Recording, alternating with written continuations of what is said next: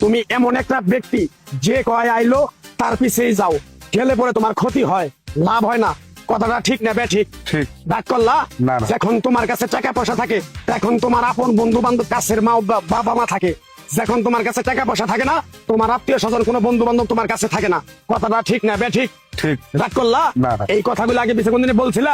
না। তুমি মানুষের পিছনে যায় হাজার হাজার টাকা পয়সা নষ্ট করো, তোমার পিছনে এসে কেউ 10টা টাকা ক্ষতি করে না। কথাটা ঠিক না ঠিক? ঠিক। আরেকবার কও বিসমিল্লাহ, বিসমিল্লাহ। আরেকবার কও সুবহানাল্লাহ। সুবহানাল্লাহ। বিশ্বাসে বস্তু মিলে তর্কে বহুদূর।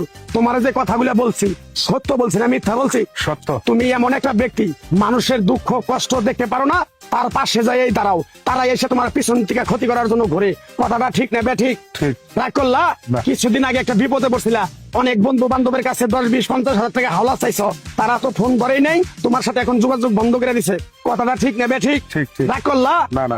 এই তাবিজ গাছ গাছরা দিয়া কারো কাছে টাকা পয়সা নিয়ে খাই না, তোর কাছ থেকে সামান্য কিছু টাকা নিয়ে আমি একসঙ্গে হোটেলে খামু, দিতে পারবি? পারবো। পারবি? পারবো। হাইট লাগবো না, তোর মনটা খুবই বড়।